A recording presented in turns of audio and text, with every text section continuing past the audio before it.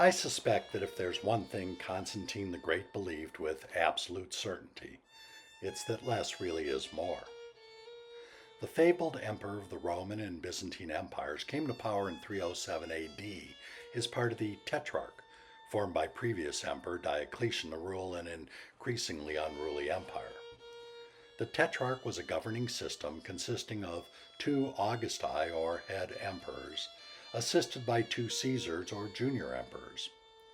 But Diocletian's suspicions about one Caesar, Constantine's father Constantius, ended up changing the religious nature of the Roman Empire, eventually leading to its ruin, but not before ushering in the most religious period in art history, the Byzantine era. When Diocletian formed the Tetrarch, he had Constantius send his son Constantine to live with him. You see, he didn't fully trust Constantius, so held his son close at hand to ensure Constantius would not move against him. In the court of Diocletian, young Constantine was exposed to the intellectual leanings of both pagans and Christians. He learned Latin literature, Greek, and philosophy. But he also had a front row seat to Diocletian's great persecution of Christians in 303. That was when Diocletian burned their church, seized their treasures, and imprisoned their priests. And they were the lucky ones. Christians were obviously not in favor at the time. However, as the Tetrarch evolved, the bottom rail would soon float to the top. When Diocletian died in 305, his Caesar, Galerius, seized power, and it soon became obvious he held no love for young Constantine. Although he promoted his father to the rank of Augustus, he sent Constantine on a suicide cavalry mission against an island in the Danube. Somehow, Constantine survived. So when that plot was foiled, he forced Constantine into single combat with a lion, and Constantine emerged the victor.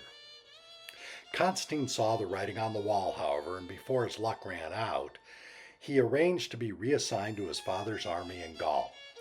Less than a year later, his father died, and Constantine declared himself Augustus. The Roman Empire was about to get religion. Soon, Maxentius, son of a former emperor, emerged as Constantine's key adversary. He also proclaimed himself Augustus and set out to oust Constantine, who had already survived one suicide mission and a fight with a lion. Over the next 5 years, each saw their fortunes rise and fall again, until their two armies met just north of Rome. At the start of the Battle of Milvian Bridge, Maximian's forces were twice as large as Constantine's. Miraculously, though, Constantine drove Maximian's far superior army into the Tiber River, where Maximian himself drowned. Observers wondered if the unusual markings on the shields of Constantine's soldiers had anything to do with their victory at Milvian Bridge.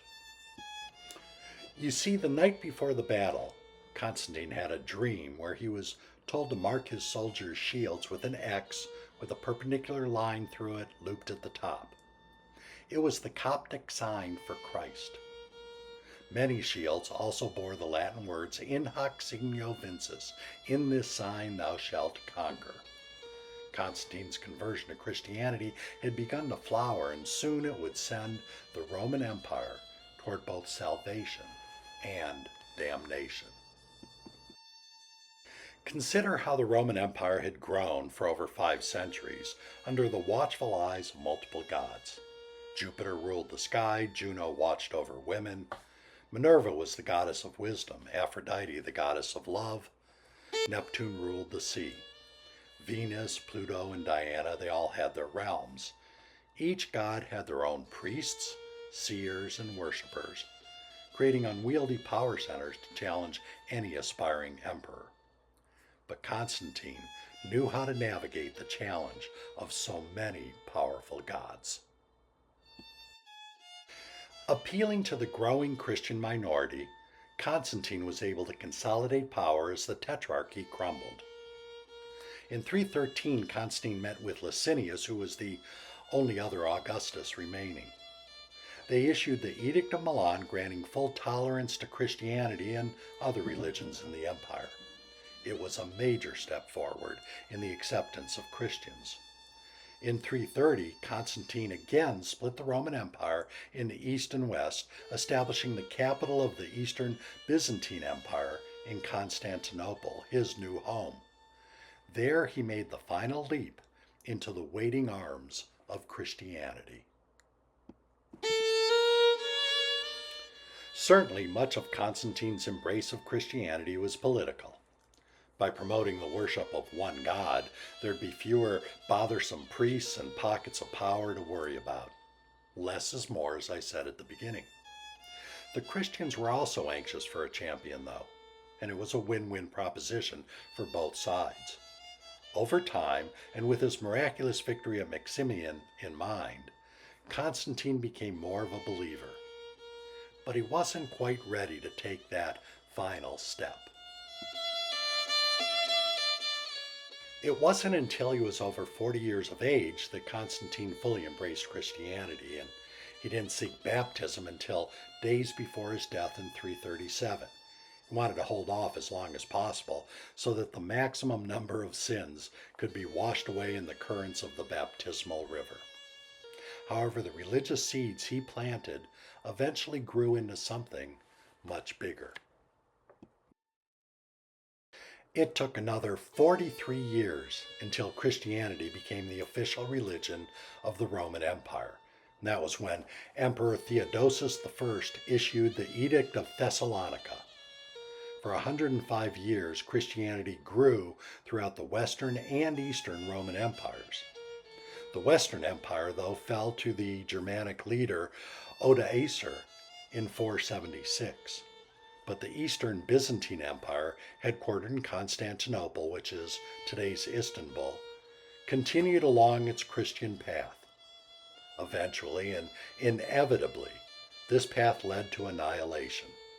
But it took almost 1,000 years. The Eastern Byzantine Empire made Christianity its unifying feature. It became central to everyday life and art. However, as happens with all religions, some followers were just not pure enough in their religious beliefs for others. Increasingly, the population became split between Eastern Orthodox believers and the Western Catholic Church, leading to the Great Schism in 1054, officially splitting the empire between the two faiths. Although there's many reasons for the eventual fall of the last remaining remnant of the old Roman Empire, the mistrust and tensions caused by warring religious factions can't be overlooked. But what a glorious trail the Byzantine Empire left as it fell. Now, think about Greek and Roman art before the religious conversion of the Roman Empire. It defined classical beauty. Their art was more humanist in its subject matter, more curious about the realities of the human form. As the Byzantine era dawned, art became a way to glorify Christ and Christianity, rather than a way to sculpt humanity. It was art's first great movement to place function over form and subject matter over craftsmanship. Art's own great schism took place as remnants of classical Greek art smoldered beneath the surface, till once again bursting into the glorious glow of the Italian Renaissance. Meanwhile, Byzantine art was more influenced by artistic skills found in Egypt and Syria. Its flat, almost primitive style and total religious focus became influential in the eventual development of art in North Africa, the Balkans, and Russia. Constantine the Great's conversion to Christianity may have originally been driven by political concerns, but it ended up changing the very nature of the greatest empire in history. It took a society who worshipped many gods and focused it on one. It made the empire more tolerant of all religions, and then it made it intolerant of all other people, because 200 years after Constantine's conversion stopped the persecution of Christians, Emperor Justinian began persecuting non-Christians.